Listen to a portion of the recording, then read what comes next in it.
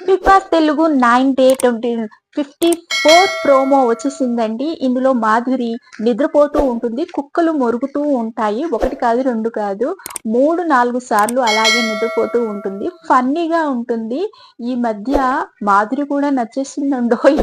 ఈ మొన్నటి వరకు గయ్యాళిగా ఉన్న మాధురి ఒక్కసారిగా సాఫ్ట్ కార్నర్‌గా మారిపోయింది. అందరితో మంచిగా మాట్లాడుతుంది.